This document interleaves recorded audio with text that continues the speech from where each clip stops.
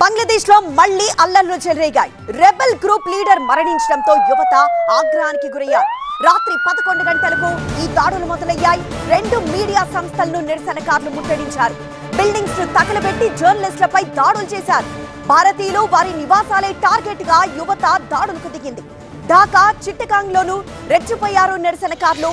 చట్టోగ్రామ్ లోని భారత హైకమిషన్ ముందు నిరసనలు నిర్వహించారు. ఇక రెబెల్ గ్రూప్స్ రెచ్చిపోతున్నా తాత్కాలిక ప్రభుత్వం పట్టించుకోలేదు. బంగ్లాలో రెబెల్ గ్రూప్ లీడర్ అయిన షరీఫ్ ఉస్మాన్ ఆ మధ్య జరిగిన కాల్పుల్లో గాయపడ్డాడు. చికిత్స పొందుతూ ఇప్పుడు చనిపోయాడు. దీంతో ఇంక్విలాబ్ మంచ్ మద్దతుదారులు రెచ్చిపోయారు. షరీఫ్ ఉస్మాన్ మొదటి నుంచి యాంటీ ఇండియా భావజాలంతో ఉన్న వ్యక్తి కావడంతో ఇప్పుడు అతని ఫాలోవర్లు బంగ్లాదేశ్ లోని ఇండియన్స్ ని టార్గెట్ చేశారు. నిన్న అతను చనిపోయాడని తెలియగానే వేల మంది రోడ్లపైకొచ్చి అరాచకం సృష్టించారు.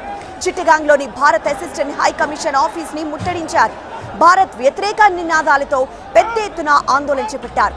అలాగే బంగ్లాదేశ్ మాజీ ప్రధాని షేక్ హసీనా కుటుంబానికి చెందిన ఇళ్లు కూడా ధ్వంసం చేశారు.